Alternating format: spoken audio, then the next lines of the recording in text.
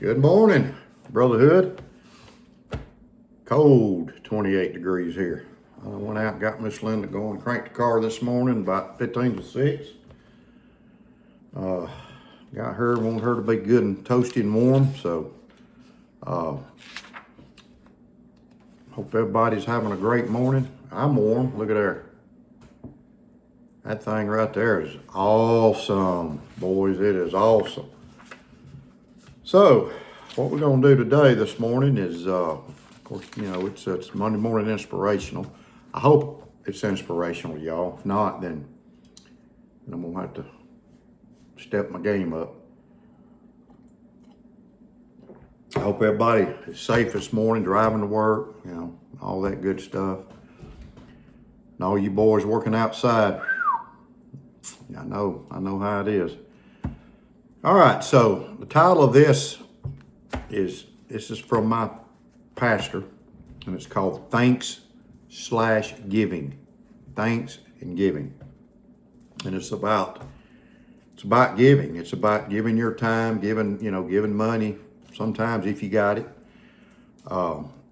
And 1 Timothy 6:17 through 19, Luke 10:30 through 37. And I ain't gonna read it, I'll let you read it. But I'm trying not to run this video real long. But anyway, so first thing he said is it's not okay for money to have you. It's not okay for money to have you. It's okay to have money. It's okay to build wealth. It's okay to work hard and save money, all that stuff. But you can't let the money control you. You can't let your life be about more money, more stuff. You can't let it be about that. Be rich in good deeds. And that's what God wants us to do. That's what Jesus wants us to do. Be rich in good deeds. Good deeds. Help a neighbor. Out here where I live, you know, the houses are spread out, you know, because we're out in the country, but we know some of our neighbors. And I got a sign out there that says eggs for sale. Eggs for sale. $3 a dozen. But we don't, you know, we give eggs away. We got one of my neighbors up here, Miss Pat. She don't take them for free. She'll give me, you know, she'll get 2 dozen, she'll pay me. But all I do with that money is stick it in a little container, and then I buy feed or whatever with it. But we give eggs away to our neighbors, you know. You gotta look after your neighbors. You gotta get to know your neighbors. You gotta love on your neighbors. I got Miss Karen over here. I give her eggs. I gotta give her some more. We use a lot of eggs for Thanksgiving. So, pity is being aware of a need. Pity is being aware of a need. So, if you're aware of a need somebody's got, your neighbor, one of your friends, they say they get hurt, or they can't get out and cut their grass because they just got out of the hospital, you know. Well, go cut the grass, you know, go cut. It ain't about shelling out money. Go cut the grass. And the thing about money is I learned real early how to manage money. And I learned it from my mother and my dad, how to manage money. You don't spend money that you don't have. And the Bible talks a lot about being a sluggard. A lot of stuff in Proverbs. You got this farmer, he's planting his field. He's planting his field, but his neighbor right over here is laying in the bed and drinking and spending time doing things he shouldn't. He's not planting his field. So when his neighbor's field comes up and has, got all this food to harvest, the sluggard comes over and wants his stuff.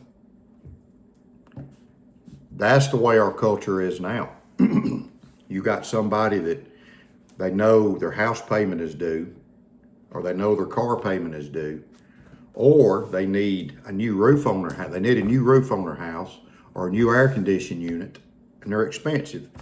But they say, "Oh, to heck with it. We're going on a vacation. We're going to spend $5,000 and go on a vacation. We'll let the roof go." And then when they get back, they're trying to borrow money for it from their friends or their neighbors or their parents. So these type people, they get to be, 40, 50 years old. They still ain't got a pot to pee in. They're still doing the same thing. The car needs tires. They're asking people for money for tires, but yet they just went and bought a new boat, but yet they can't buy tires or they can't pay their utility bills. And there's a lot of people out there like that. So those are the kind of people you have to be careful of, because if you do that, if you give them money constantly, you're doing more harm to them, because they're never going to learn to manage money and be self-sufficient. A lot of people think, well, that's not right. Well, it is right, because especially our children, if your children are in their 20s and you're constantly having to do this, they're never going to learn how to manage money. They got to learn to manage money and make their money and have their priorities in order. New roof or a week in Florida. New roof or a week in Florida. New roof or going to Europe. No. New roof or buying a boat. No. It don't work that way. So anyway, having a love that looks beyond yourself. Like I said, help your neighbor. Help your neighbor. If you see somebody on the side of the road, and I know nowadays it's a little sketchy, but help them. Help your friends out. If they need a little help around the house, go help them. We've done it. Me and Miss Linda's done it. It's a good thing, because we're all going to be in that position. Listen to this, willing to invest time with others. Willing to invest time in others. That's your friendships. I've got a lot of good friends, man. This knife brotherhood is awesome. It's awesome. We got a lot of awesome people on this knife brotherhood. A lot of awesome people that, if Brother Terry's down there and he needs some help, I'd drive to South Georgia and help him. If he needed some help, I'd drive to South Georgia. Whoop-de-doo. We gotta help. Our time, helping with our time is probably more important than money. Willing to use abilities and resources at hand. Willing to use its abilities and resources, or your abilities and resources at hand. We all got a talent. If your neighbor's sitting over there and can't afford to have a little something done to their car, but you know how to work on cars, go down there and help them. I'm not saying buy them a new, set of tires, but I'm saying go down there. If something simple, go down there and, work on them. Maybe the tail lights are out. You just don't know. Willing to invest in finances. Use it wisely. God expects us. He expects us to work, go to work, pay our bills. That's a godly thing. Pay our bills, give 10% to the church. Okay? Not just money, but your time. Your time to your neighbors, your time to your church people, your time to your friends, your time to your family. Don't let people take advantage of you, but that's what you need to do. Willing to invest in finances. If you don't know how to manage money, get you a financial advisor. I got one. I started listening to Dave Ramsey when I was probably in my early 20s or 30s. I think it was in the 30s. I think it was in the early 90s. I started listening to Dave Ramsey.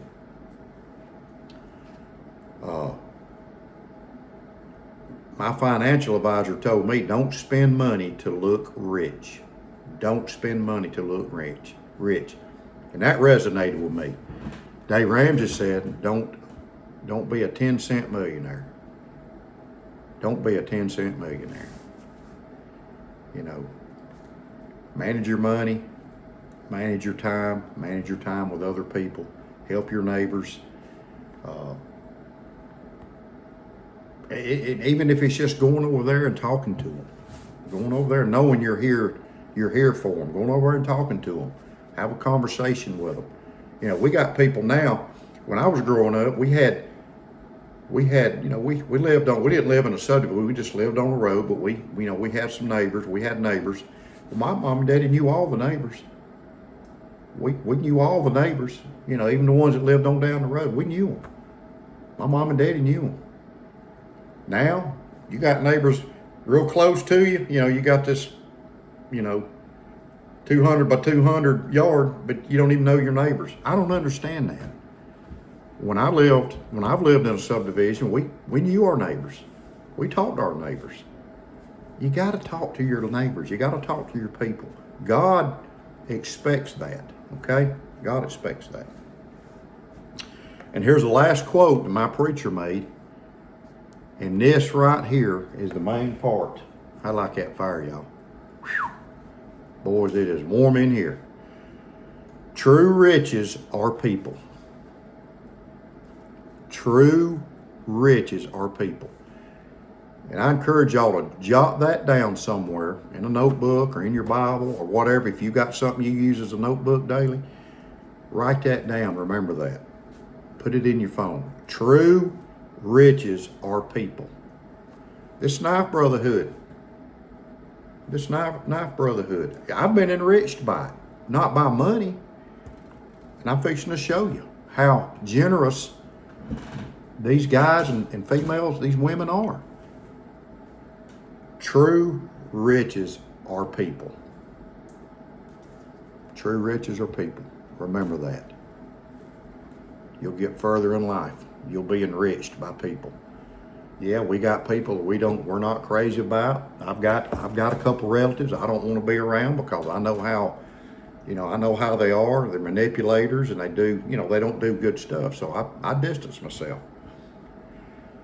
So anyway, that's the Monday morning inspiration talk. So I got a mail call, and first one is our buddies here, Knife Crazy and Carolina Knives. Awesome stickers, y'all. And they sent me. Y'all watch their channel. They got a great channel. Let me get this thing right. They got a great channel. Y'all watch them. You got old Wade in there with his hat. He's awesome, man. I enjoy watching him. So I got two slips. I got one from Carolina Knives, and this is a thick one. This thing here will probably last till, they'll probably find this thing buried in the dirt 1,000 years from now. But it's like 7-ounce leather. Great pocket slip. This is a little smaller one. This is from Knife Crazy. It's 4-ounce leather. I got my Saudi in it today. And I am carrying my chestnut bone. Love this thing. And it got some tiner on it. Look at there. So there you go. I got that. And then I got a mail call from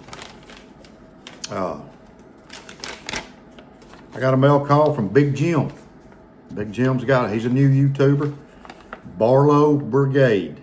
Y'all go check his channel out, man. He's got a nice channel. So y'all go check him out. Let's get him some subscribers and give him some love. But he sent me two knives. He sent me this old timer. Looks like a little peanut. It's got a long nail pull. Serrate old timer. This would make a good little third pocket carry. Appreciate you, Big Jim. And he sent me this Imperial Saudi yellow Delrin. Got a half stop. Nice looking, just about the same size as a case. IMP, which is probably Imperial 22Y. And he reshaped the blade, which I've done a couple of mine. I love this reshaped blade. So y'all give Big Jim And he sent me a note. I'm not gonna read it. I'll read these, and it's kind of personal. So y'all give these two boys, y'all give them some love. Give these two boys some love. Great guys, man. Awesome, awesome knife brotherhood. So what am I carrying today? Carrying this. Love this thing. Big old jumbo trapper. I'm gonna make it quick. Got my pocket cross. Got my bandana. I have my, let me get in here. Got my poker pen down here in my pocket, camo. And I got this big, not big, but I got this small pocket organizer that I do make. As a matter of fact, I'm shipping one today. I've been carrying this thing 3 years or so because I lost one at the Blade Show. I got this Carhartt mini copper lock. These things make an excellent third carry. Got my flashlight.